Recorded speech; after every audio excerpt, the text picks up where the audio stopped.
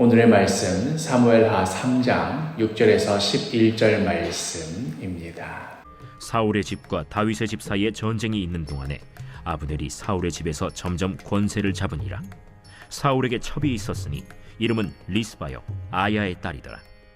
이스보셋이 아브넬에게 이르되 내가 어찌하여 내 아버지의 첩과 통간하였느냐 하니 아브넬이 이스보셋의 말을 매우 분하게 여겨 이르되 내가 유다의 개머리냐? 내가 오늘 당신의 아버지 사울의 집과 그의 형제와 그의 친구에게 은혜를 베풀어 당신을 다윗의 손에 내주지 아니하였거늘. 당신이 오늘 이 여인에게 관한 허물을 내게 돌리는도다. 여호와께서 다윗에게 맹세하신 대로 내가 이루게 하지 아니하면 하나님이 아브넬에게 벌이에 벌을 내리심이 마땅하니라. 그 맹세는 곧 이 나라를 사울의 집에서 다윗에게 옮겨서 그의 왕위를 단에서 브엘세바까지 이스라엘과 유다에 세우리라 하신 것이니라. 하매 이스보셋이 아브넬을 두려워하여 감히 한마디도 대답하지 못하니라.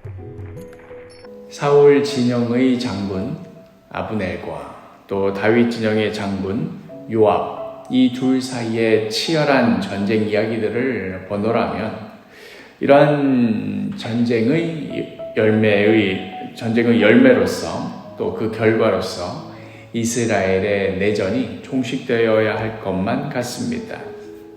그러나 많은 역사의 이면들이 그렇듯이 의외의 사건들이 역사의 분기점을 창출해내기도 합니다. 사울의 진영이 점점 기울어가는 추세이기는 했지만 그래도 여전히 건재한 상황이었습니다. 치열한 전쟁이 계속해서 이어지고는 있어도 여전히 한동안은 그 전쟁을 이어나갈 여지가 분명히 있었습니다. 그런데 이러한 전쟁의 상황과 별도로 정말이지 의외의 사건이 벌어지는데 이것이 매우 결정적이 되고 맙니다. 오늘 본문 7절에 사울에게 첩이 있었으니 이름은 리스바요 아야의 딸이더라.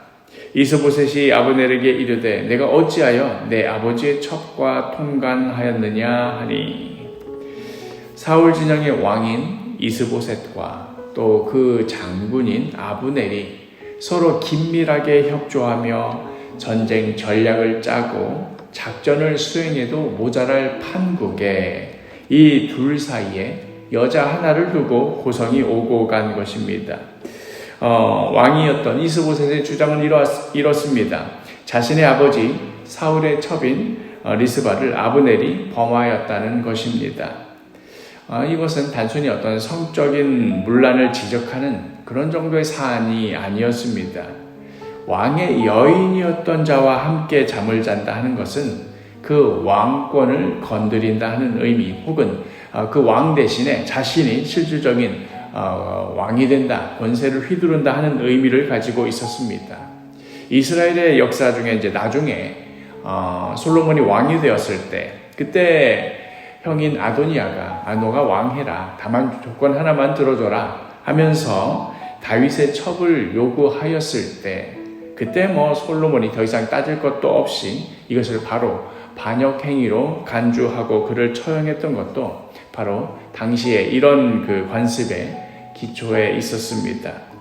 비록 아브넬은 왕의 직속 혈통이 아니었기에 왕이 될 수는 없었다고 여겼지만 그러나 실질적인 군사적 통솔권이 그에게 있었고 또 따지고 보면 이스보셋 역시도 그가 세운 왕이었고 그런데다가 이제 사울의 첩인 리스바도 취하였다 하는 그런 이야기가 나오는 마당이니 이스보셋의 입장에서 보면 나는 왕인데 도대체 누가 진짜 실질적인 왕노릇을 하는 것이냐 하는 그런 불만을 그 자리에서 터뜨린 것이지요. 이런 이스보셋의 주장에 아브넬은 불처럼 화를 냅니다. 이어지는 8절에 아브넬이 이스보셋의 말을 매우 분하게 여겨 이르되 내가 유다의 개 머리냐? 내가 오늘 당신의 아버지 사울의 집과 그의 형제와 그의 친구에게 은혜를 베풀어 당신을 다윗의 손에 내주지 아니하였거늘 당신이 오늘 이 여인에 관한 허물을 내게 돌리는도다. 당신을 왕으로 삼는 그 은혜를 베푼 것도 나였고 다윗과 대항하여서 지금 당신과 당신 집안을 지켜주는 것도 나인데 그런데 이런 식으로 나에게 대우하는 것은 내가 정말 참을 수 없다 하는 그런 항변. 내가 유다의 개 머리냐? 굉장히 상스러운 표현을까지 여기에 동원이 됩니다. 이스보셋과 아브넬, 이 둘의 오고 가는 고성만으로는 그리하여 진짜로 아브넬이 리스바를 취한 건지 아닌 건지 판별하기가 매우 어렵습니다. 분명하게 드러나지가 않습니다. 사무엘 기자도 그걸 정말 그랬는지 안 그랬는지 그 사실 여부가 어떠한지 밝히는 데에는 오늘 본문상에서는 그다지 관심을 두지 않습니다. 기자가 관심을 두는 것은 그 다음에 이어지는 아브넬의 발언입니다. 9절과 10절에 여호와께서 다윗에게 맹세하신 대로 내가 이루게 하지 아니하면 하나님이 아브넬에게 벌 위에 벌을 내리심이 마땅하니라. 그 맹세는 곧 이 나라를 사울의 집에서 다윗에게 옮겨서 그의 왕위를 단에서 브엘세바까지 이스라엘과 유다에 세우리라 하신 것이니라 하매. 이 나라의 왕위가 다윗에게로 옮겨지는 것은 하나님의 뜻이요 하나님께서 오래전 하신 맹세라는 것입니다. 다른 말로 하자면 지금 다윗과 사울 집안 사이에 지금 군사적인 충돌을 통하여서 그 힘을 겨루어서 누가 더 힘이 센가 하는 그것으로 지금 왕권을 차지하고 말고 지금 그러고 있는 상황이었는데 사실 그것이 결정적인 사안인 것이 아니라 사실은 하나님의 뜻이 어디에 있는지 또 하나님께서 하신 그 맹세한 것이 무엇인지 그것에 따라서 앞으로 이스라엘 전체가 어떻게 행해야 될지 결정해야 한다 하는 그런 발언입니다. 단순히 이스보셋과 한바탕 하면서 화가 나니까 아무 말이나 막 던진 그런 정도의 의미가 아닙니다.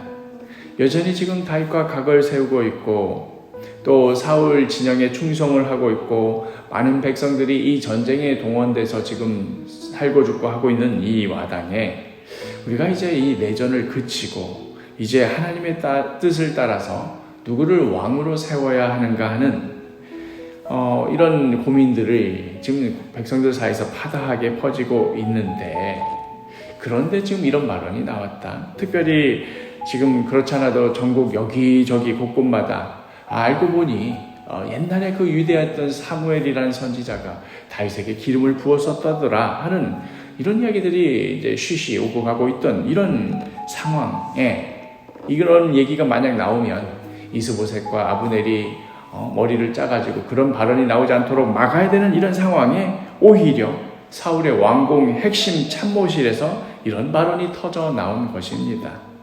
이렇게 역사는 전혀 생각하지 않는 사안으로 전혀 중심부에 있을 것 같지도 않은 한 여인의 문제로 그 물결을 타고 대전환을 이룹니다.